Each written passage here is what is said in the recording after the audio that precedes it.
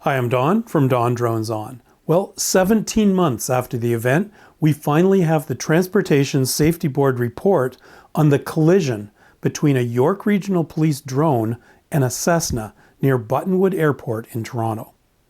As expected, it's a detailed and thorough report, but there are a couple of things I would have liked to have seen more emphasis on. Let's get into it.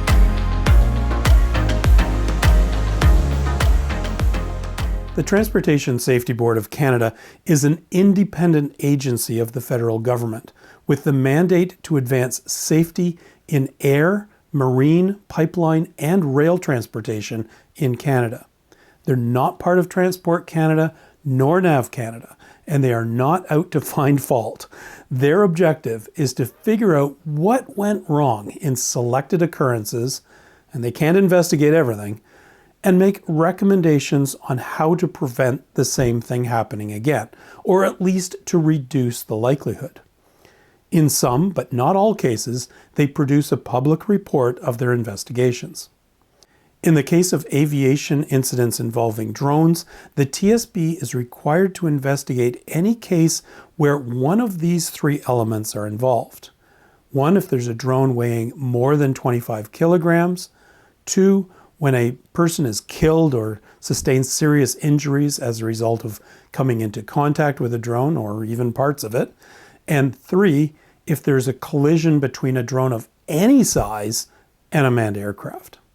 The incident in the summer of 2021 falls into this third category and will be only the second drone-related report published by the TSB out of a total of 4 investigations. This case was led by Peter Rountree, a 25-year veteran of the TSB, who has participated in numerous TSB investigations over the years, including the Swissair 111 tragedy in 1998. The material in this video is based upon his report, including many of the visuals. There's a link in the description to the full 29-page publication. So what happened here? On August the 10th, 2021, around 1 p.m. on a nice clear day, a Cessna 172 operated by Canadian Flyers International was on final approach to runway 15 of Buttonwood Airport, located on the north side of Toronto. The Cessna had an instructor and a student pilot on board. They were about 2 kilometers off the end of the runway at 120 meters above ground level and traveling at 120 kilometers per hour when they felt a solid impact. They hadn't seen anything and so assumed it was a bird strike. They proceeded to land without incident, thankfully. After landing, they discovered some serious damage to the front cowl and the carburetor airbox. There were also minor scratches on the propeller.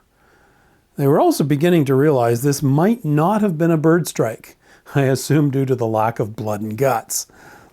Within minutes, the manager of the airport received a call from a York Regional Police drone pilot who reported a potential collision and asked if the plane had landed safely. The suspected bird strike quickly became a confirmed collision with a drone. Here's what happened from the drone pilot's perspective. The pilot was part of the York Regional Police Air Support Unit, which uses both helicopters and drones to support police activities. In this case, the drone pilot received a request for aerial reconnaissance support for a potentially armed individual they were tracking. The drone pilot, who has their advanced certification, was on site and in the air within 30 minutes of receiving the call. They were flying a DJI Matrice M210, which is a drone weighing about 6 kilograms. Despite being well within the 5.6 kilometer circle of Buttonwood Airport, which is a certified airport, by the way, and also well within its Class E control zone, the pilot did not make any attempt to contact the airport nor to submit a flight authorization request using NavDrone. And there's no doubt the pilot knew where he was. The YRP Helicopter Air Support Unit that he's part of actually flies out of Buttonwood Airport. In addition, the takeoff location and the entire flight path of the drone was within a DJI restricted zone, authorization zone, and enhanced warning zone. any civilian drone pilot would have been locked out by the DJI geofencing. But the YRP have an exemption from DJI, so they don't even get a warning when flying in these locations. The pilot did ask another police officer on the scene to act as a visual observer. Unfortunately, no time was taken to brief the individual about what they were expected to do, including actually keeping their eyes on the drone. So the visual observer ended up in the back of the police vehicle watching for the bad guy on the remote monitor. And as he was doing this, the drone's flight path took it across the center line of the runway approach to a point about 700 meters from the takeoff location. The drone was hovering there for over 2 minutes at about 120 meters off the ground when the Cessna collided with it. The drone was destroyed and bits of it were recovered near this residential neighborhood. Thankfully, no one was hurt. Two other important facts. The drone pilot had his Rock A aviation radio certification and was listening on the airport mandatory frequency the whole time. The Cessna pilot made appropriate radio calls during their approach, and there was no other traffic on the frequency. But somehow the drone pilot did not hear the radio callouts. Secondly, the Matrice RPAS system has the AirSense functionality, enabling it to alert the pilot of any aircraft in the area operating with an ADS-B location beacon. Unfortunately, small aircraft like the Cessna are not required to carry ADS-B gear, and this one was not equipped with it. Okay, so by now all of us who fly drones regularly could probably rattle off a dozen different things that were direct violations of the regulations, or at the very least, very unsafe practices. I mean, this guy hovered his drone right in the landing approach for a busy airport, 700 meters away, without an effective visual observer. Frankly, it's a miracle this didn't become a major disaster. So what were the findings of the TSB report?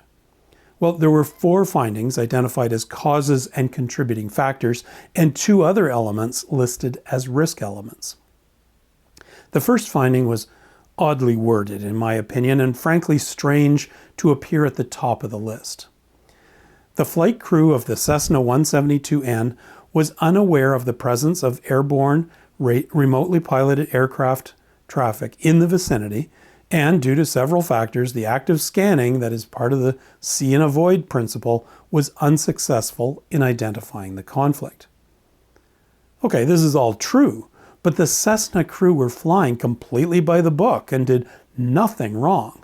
And by the way, even if the drone pilot had called the airport in advance and filed a nav drone flight plan, there is nothing in the system which would have warned the pilot of the presence of the drone. According to the TSB report, in Class E controlled airspace, air traffic control provides separation between aircraft operating under instrument flight rules.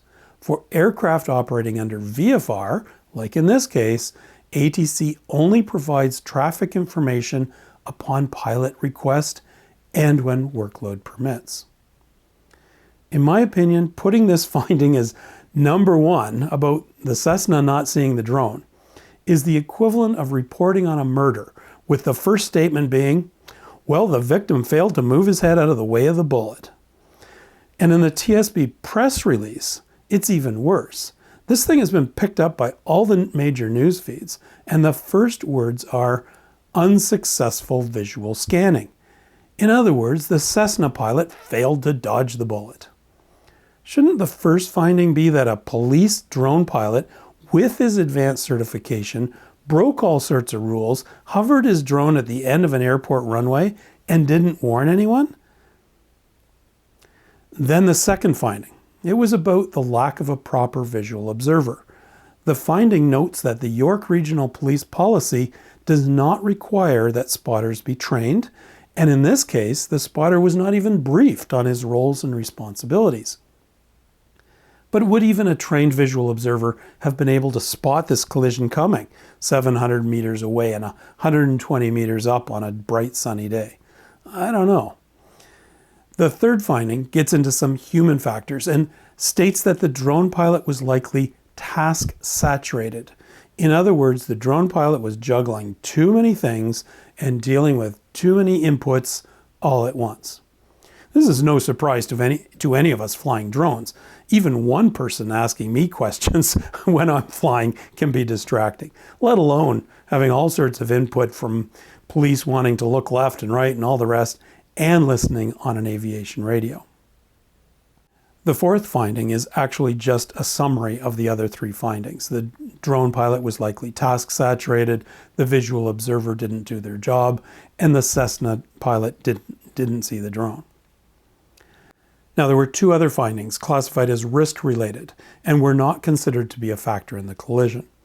The first of these was the fact that the pilot did not use a checklist in advance of their flight. Their checklist was tucked away in a box, and they ran through the checks and site survey from memory. The second was that they did not request, or of course receive, authorization to fly in controlled airspace. And as I stated earlier, this probably wouldn't have made a difference, since nobody would have told the Cessna pilot about the nav drone flight plan anyways. It begs the question of how these flight plans could somehow be made more effective for reducing risk. In terms of corrective actions, the York Regional Police apparently have amended their internal procedures to include a pre-flight risk assessment. They've updated their checklists and have provided additional guidance on visual observers. Incidentally, and not included in the TSB report, but confirmed by Transport Canada, the York Regional Police were issued a fine. I'm not sure how much or to whom, but they were fined. So all in all, a very thorough and detailed report with some interesting findings. I question the order and emphasis of those findings, but that's what was stated. What I really would have liked to have seen, however, were some key factors that may have prevented the collision altogether. Firstly, if manned aircraft were required to be electronically conspicuous by being equipped with ADS-B out transmitters, drone pilots with advanced drones like this one would be instantly aware of air traffic in the area and have time to take evasive action. While it was mentioned in the body of the report, this was not amongst the findings. Secondly, the report states that the YRP, and I'm sure most police and search and rescue drone operators, have been granted waivers from DJI, such that their geofencing safety features are disabled. I get it, you don't want to be fumbling through a DJI unlock in a time-sensitive situation. But at the same time, they also don't even get a warning about taking off or flying into a danger zone. Even if they consulted a tool like Drone Pilot Canada, they would quickly be aware of risk factors that may cause them to rethink their flight. And finally, there's a lot of emphasis on task saturation and untrained visual observers in this report. It seems to me that first responders operating drones in pressurized situations should operate in small teams, rather than being off on their own as individuals, expected to juggle multiple tasks while flying relatively large drones. Even if deployed as a crew of two, one person could be doing all the planning, risk assessment, observing, and communicating while en route and during the flight, while the pilot focuses on operating the aircraft safely. Well, there you have it, the Transportation Safety Board's report of the collision between a York Regional Police drone and a Cessna aircraft in the skies over Toronto in the summer of 2021. There's a link in the description below this video to the full report. Give it a read and provide your comments below. Thanks for watching.